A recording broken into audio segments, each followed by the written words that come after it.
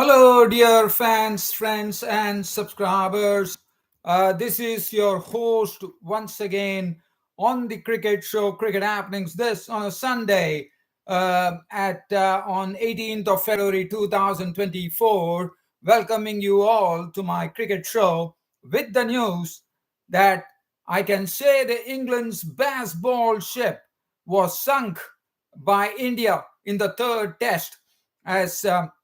The England's baseball ship sank under the Indian Ocean, one could call, when India went on to win the third test by humongous 434 runs margin, thus setting a big record in test history as far as India is concerned, as that happens to be their highest ever margin of the highest test margin win by India in their entire test history. And to hit a strong team like England in such a fashion, yes, we knew that the ball was turning. As I told you yesterday in my report, I told you that England's baseball batting, yes, it was a threat, but one never thought that England will cave out for 122. That's the reason I said England's baseball ship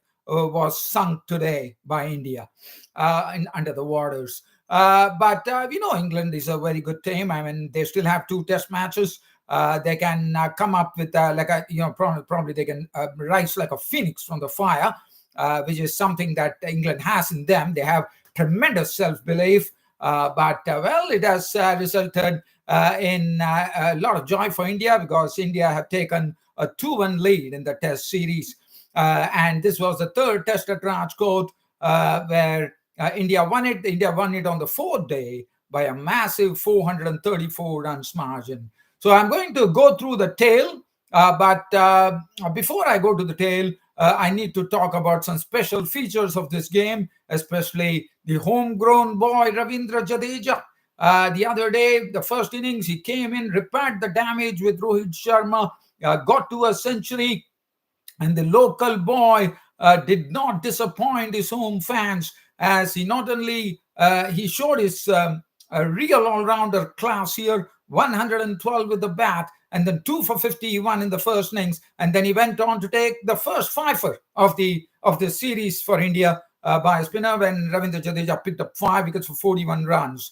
And Yashasvi Jaiswal has done Vinod Kambli, the former left-hander who also had two double tons against England, if I'm right. And Yashasvi Jaiswal, maybe a bit older than Vinod Kambli, but he went on to make 214 not out, resuming at his overnight score, came back with the back spasm, came there and really made a statement. And once again, it was Yashasvi Jaiswal with the bat who stood in between England here as he carved a very, very important 214 runs, not out. And he was also involved in an accelerating partnership of 172 runs with another talented youngster, Sarfraz Khan, once again repeating what he did in the first innings, and this time with probably a bit more restraint, with Yashasvi Jaiswal being the sparring partner, one could call, Sarfraz Khan contributed an unbeaten 68 of 72 deliveries. He included 6 fours and 3 sixes. And Yashasvi Jaiswal also went on to break records, as Yashasvi Jaiswal hit 12 sixes and 14 boundaries in a knock, an unbeaten knock of 214, and the 12 sixes was the test record. What was the overall test record? And it was said, and the record was in the name of the great Pakistan all-rounder and commentator now, Wasim Akram, who hit 12 sixes when he hit a double century against Zimbabwe. And that record was equal today by this youngster, Yashasvi Jaiswal. Yashasvi Jaiswal definitely destined for greater things in the future. And I'm also told that Yashasvi Jaiswal also broke the record as far as India is concerned for sixes, as he himself had 22, the lion's share of it, of 22 sixes in the series we are talking about till date. And he has broken another record as well. So Yashasvi Jaiswal is someone that the opposition are going to be quite wary of in the future. Right on. So now we get on to, as I said, I will be narrating the tale of this third Test match, of this humongous win by India by 434 runs margin. And we are talking about yesterday, the third day, when play resumed, Shubman Gill at the crease, along with Kuldeep Yadav, the night watchman. And Shubman Gill, well, unfortunate, could not get to his century. He was run out for 91 with 9 fours and 2 sixes. But Kuldeep Yadav, the night watchman, really made a good impression with the bat. He contributed a useful 27, which also included the first ever Test six by Kuldeep Yadav in his career, 3 fours and 1 6. And then that was that accelerating partnership that enabled the Indian captain Rohit Sharma to call his boys in and declare the innings closed at 430 for 4 declared, thus setting the Englishmen a target of 557 runs for a win. Well, India has to be commended. There was turn in the pitch, but the England spinners were totally blunted by the Indian batsmen. If you look at the bowling, it does not make any happy reading. Joe Root has done more bowling than batting in this particular Test series. 1 for 111 is returns, 1 for 108 for Rehan Ahmed, 1 for 78 for Tim Hartley, and 557 was an onerous task for sure. But England had all the time in the world with that baseball cricket that they play. There was 2 full days left for them to really go there and show the baseball cricket. But, one thing I can tell you, baseball cricket is something to succeed on Indian tracks, on Indian training tracks against the Indian spinners is definitely a huge gamble, and they saw it to their utter chagrin as the Englishmen were bowled out for 122. Well, Bumrah gave the Ben Duckett. This time was a magnificent piece of fielding by the glove man Rual Jurel, who had a very good game here. And what acrobatics he showed. I mean, look at the way he did it. It was Ben Duckett who would have really ruled that lapse of his, as Duckett was the one who was halfway down the track, and before he was before he could return, Jurel had taken the ball in one fell swoop motion. He was on the move as he went in and removed the bails from the stumps, and Ben Duckett was run out. And that was a big wicket for India. Duckett was run out for 4. Crawley was LBW ball. Bumrah for 11. And there was nothing to really talk about. If you look at the England card there, it was only 33 from Mark Wood that saved something for them, with Mark Wood hitting 33 of 15, 6 fours and 1 6. Other than that, I thought it was a shabby performance. Yes, the ball was turning, but as I said, on Indian tracks against the Indian spinners, when the pitch is turning, to really go there and play baseball cricket and succeed, it really takes huge doing. And well, I have to say, England have been successful in the past in probably other countries. When in Pakistan they have been successful, but definitely they did not. I mean, as I said, the Indian spinners have to be given due credit. Jadeja, as I said, picked up a fifer. Kuldeep Yadav came in and reeled in 2 wickets. Ashwin was back, so that was good news. Ashwin took the wicket off. I think Hartley was the one who was clean bowled by Ashwin. So definitely, if you look at 8 wickets have fallen to the spinners, and 1 run out and 1 to Bumrah. Looking at this card once again, Ollie Pope was a victim of Jadeja for 3. Root went for 7, Barristow 4. The captain himself was LBW Kuldeep for 15. Folks and Hartley offered a bit of resistance, but it was very marginal resistance. Bain Folks was out for 16, Hartley for 16, Rehan Ahmed went for a duck. Mark Wood, as I said, was the highest, James Anderson, and it was all over before the before even the fourth day was finished, the match was all over as the Englishmen were bowled out for 122. Look at the bowling figures of the local homegrown boy, Ravindra Jadeja.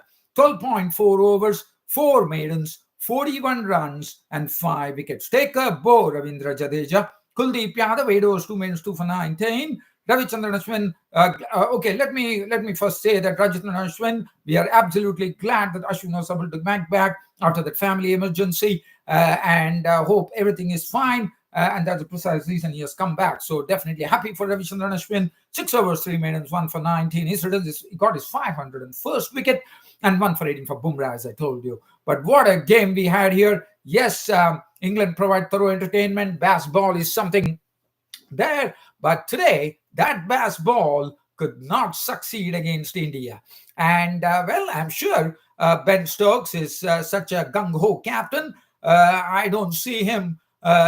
He's a relentless captain. I really, really, I think after Mahendra Singh Dhoni, I think for me, Ben Stokes is the best ever captain. Even probably, I might even put him ahead of Mahendra Singh Dhoni in a certain context, I would say. But I can say that Ben Stokes is someone who is not going to drop the guard. I'm sure in the next 2 test matches, they are still going to play the baseball cricket. They still will challenge targets. And who knows?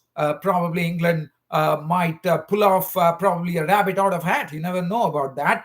But it is going to be very interesting to see. I would be really watching the approach of Ben Stokes once again in the next 2 test matches, as the 4 test match, India have taken a 2-1 lead, but as I said, England are still in with a chance as the 4th test starts in Ranchi on February. I think it's on Friday that we got the 4th test starting. So everybody's eyes would be on the 4th test. For me, yes, definitely. I would like to watch Ben Stokes' approach. As I told you, he is not a man who is going to take things lying down. He is going to once again go for the charge. And that is what it's all about killer instinct when it comes to Ben Stokes. And Ben Stokes, as I said, this England team has tremendous self-belief, and I really throw my hats to them for that. And Ben Stokes is the one who leading, and Brendan McCullum, the coach, is also primarily responsible for instilling such a great approach into the England baseball cricket. Well, now very quickly, I'm going to just have a skimmer here. We are talking about the ILT T20, which ended up in Dubai yesterday in the finals. I just given you a cricket update. MI Emirates, as I said when I was talking to you, I said 2 dangerous players at the crease. Andre Fletcher with 53 and Nicholas Puran slammed it all across the park. The captain, he was the victorious captain as he made a not out 57 of 27, 2 fours and 6 sixes. And 208 for 3, always a daunting target for the and also another thing is that MI Emirates are lifting the cup for the first time, so that was a great feeling. With nothing, I'm not going to talk about the bowling. I'm just, as I said, it's an absolute skimmer here due to lack of time. Dubai Capitals were kept to 163 for 7 with 35 from Tom Banton's bat. Billings, the captain, the highest scorer with 40 of 29, 24 from Jason Holder, but in the end, it was not enough. And it was the proud captain of the MI Emirates, Nicholas Puran, holding the cup aloft, the ILT T20 2024. Congratulations to MI Emirates. Emirates winning the match by 45 runs against the Dubai Capitals. Nicholas Puran was the player of the match. And as I said, Mohammad Wasim, the local boy, has been doing a great job for the for this. And I think the United Arab Emirates lads have taken have really got a real lesson in this. We have seen some good performance from the local boys over there as well, and that really augurs well for international cricket. Well, dear fans and subscribers, I think that's about time for me to end this cricket show on a very, very happy note as far as India is concerned, that India has won the 3rd test, taken a 2-1 lead in the series, and the focus will be on the Ranchi test on Friday, which will be coming up next week. And as you know, my cricket show is a weekend affair. So yes, unfortunately, or fortunately, whatever you call it, I will be back with you on air on Saturday on the weekend. So I'll be definitely giving you the report on the first day's play of the fourth test match between India and England at Ranchi. And as I said, Stokes' approach is going to be the key for me. Well, dear fans and subscribers, absolute pleasure bringing you the cricket show as usual, and looking forward to your next company this on Friday. And this is your host Ram signing off this on a happy Sunday to everybody. Thank you.